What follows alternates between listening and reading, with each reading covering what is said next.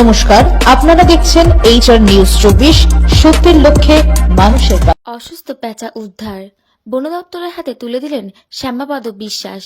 শান্তিপুর 22 জানুয়ারি শান্তিপুরে 16 নম্বর ওয়ার্ডে বনবিবিতলা লেন বক্তারঘাট এলাকার বাসিন্দা শ্যামাপদ বিশ্বাস অসুস্থ অবস্থায় একটি পেঁচা উদ্ধার করে মানবিকতার পরিচয় দিয়েছেন।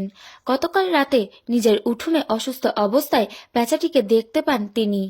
শ্যামাপদবাবু পেঁচাটিকে বাড়িতে এনে যত্ন সহকারে রাখেন এবং আজ সকালে শান্তিপুর বাহাদুরপুর পলাশগাছি বিটে বন দপ্তরকে খবর দেন।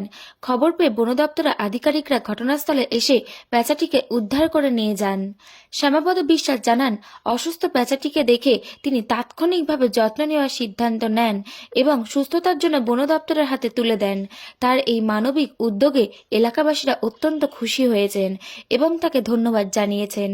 বন দপ্তরের আধিকারিকরা জানান, পেঁচাটিকে চিকিৎসার জন্য পাঠানো হয়েছে এবং তা দ্রুত সুস্থ হবে বলে আশা করা হচ্ছে। শ্যামাপদবাবুর এই উদ্যোগ প্রাকৃতিক জীব বৈচিত্র্য রক্ষার ক্ষেত্রে একটি অনুপ্রেরণার উদাহরণ হয়ে থাকবে। নদিয়া থেকে জগন্নাথ মণ্ডলের রিপোর্ট, HR নিউজ 24। বাচ্চাটা এই আম গাছে ছিল, তাই পরে যাই পড়লো, পড়লি পরে আমি পাখনা আর চালাতে পারি না, তখন আমি এই যত্ন করে দৌড়ে নিয়ে ওই ঘরে থুয়ে দিলাম।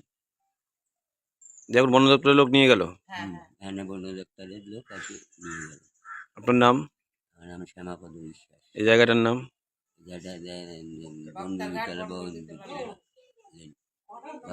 পেঁচাটা কোথায় ছিল? পেঁচাটা আমাদের উঠোনে এসে পড়েছে, আমার স্বামী পেয়েছে, আমরা ঘরে তুলে থুয়েছি। তারপরে আজকে বন দপ্তরকে খবর দিয়ে ও যাতে বাচ্চা সুস্থ থাকে আমরা তাদের হাতে তুলে দিলাম।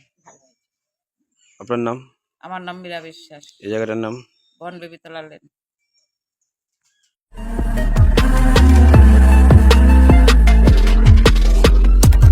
নমস্কার, আপনারা দেখছেন HR নিউজ 24, সত্যের লক্ষ্যে মানুষের পাশে।